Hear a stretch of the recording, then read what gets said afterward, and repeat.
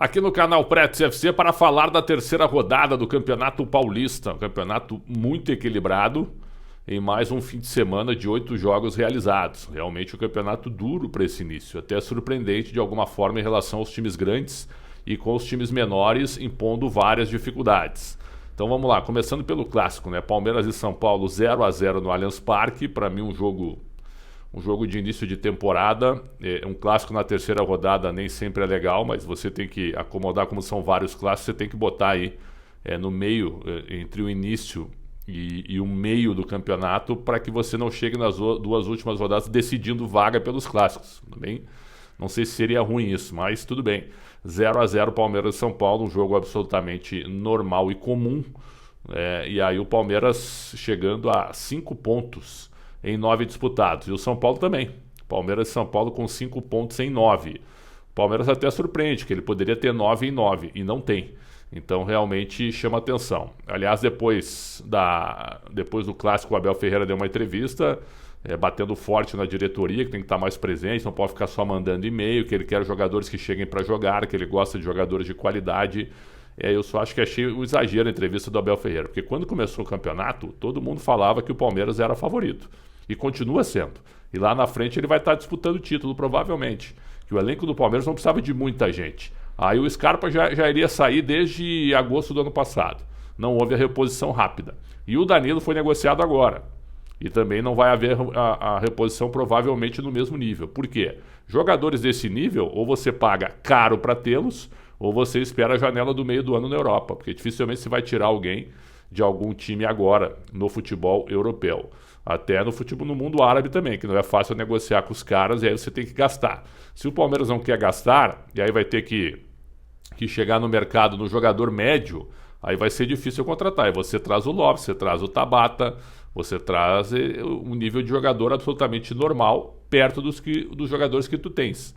Então é o seguinte, acho que a entrevista do Abel Ferreira ela foi um pouco fora do tom nesse momento. Ele deveria, eu acho, dar uma apaziguada, mas aí bateu forte na diretoria e a pressão aumenta. E os jogadores que estão aí, multicampeões e vitoriosos, né? Você tem que estar toda hora motivando esses caras para que eles continuem ganhando, o que não é fácil também no futebol brasileiro. Mas o Palmeiras segue com o seu bom time. E o São Paulo teve a lesão do Ferrarese, que ele se recupere o mais rápido possível, uma pena, ligamento cruzado do joelho, e aí fica com a temporada praticamente perdida. O Rafinha se machucou também, mas vai ficar alguns jogos fora, mas vai voltar ainda no Campeonato Paulista. Então, 2 prejuízos absurdos, é claro, muito difíceis para o São Paulo neste momento. 1 ponto ganho para o São Paulo, porque jogou no Allianz, né? E o Palmeiras, é claro, poderia ter vencido. Teve um pênalti do Arboleda no Piquerez, na minha opinião, que a Edna não marcou, e para mim foi pênalti. Vamos aguardar agora, porque segue o Campeonato Paulista. Aí tivemos nesse domingo também o empate do Santos com o São Bernardo 1-1. O empate caiu do céu porque o Santos não jogou nada. O São Bernardo é um time bem armado pelo Márcio Zanardi. E lá no final, pênalti a favor do Santos, em cima do Natan, né, que a arbitragem não marcou. Então foram 2 pênaltis não marcados, na minha opinião. Um para o Palmeiras e um para o Santos. Pênaltis que deveriam ter sido marcados, para mim, pelo menos. O Santos tem que esquecer aquele DNA ofensivo. Eu falei sobre isso até no meu blog do Yahoo.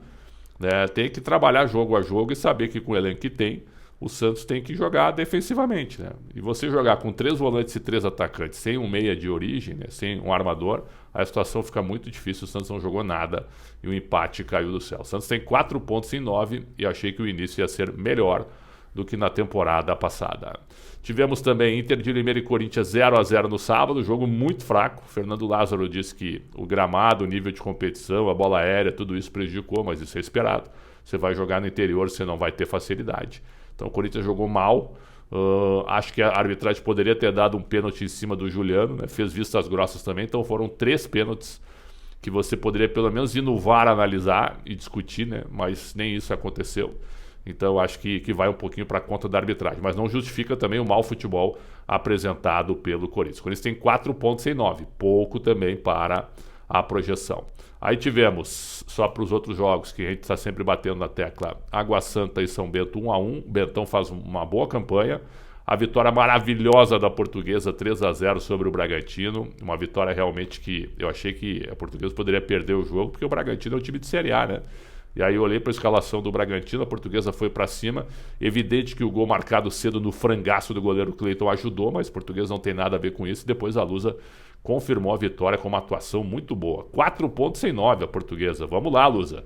Vamos lá. Faltam 8 pontos para garantir permanência na Série A. E depois se pensa em outras coisas maiores na competição. Mas foi uma vitória realmente maravilhosa, impactante para o momento dos dois times. Portuguesa versus Bragantino. Tivemos também Guarani e Ituano, eu comentei esse jogo no Paulistão Play, 0-0, um jogo fraco tecnicamente, o Ituano ficou com um jogador a menos, foi melhor que o Guarani, teve mais oportunidades mesmo com a menos, e o Guarani faltou muita criatividade para fazer o gol.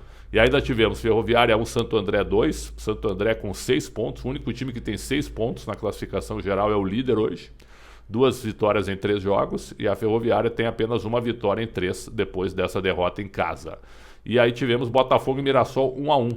Primeiro ponto do Mirassol, que começou com 2 derrotas e tem só 1 ponto em 9. O Mirassol me parece que nesse momento é o ponto negativo, mas é um time que provavelmente vai evoluir, não é time para ser rebaixado.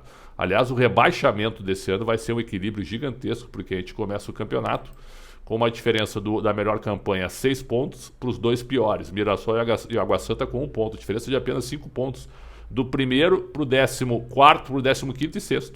Isso há muito tempo que não acontecia, né? Então a briga para não cair também será muito grande, vai ser um campeonato muito parelho até o final nesse campeonato paulista. É isso, aqui no canal Pretos FC, sempre um prazer muito grande contar com todo mundo por aqui. Saúde, um grande abraço e até a próxima.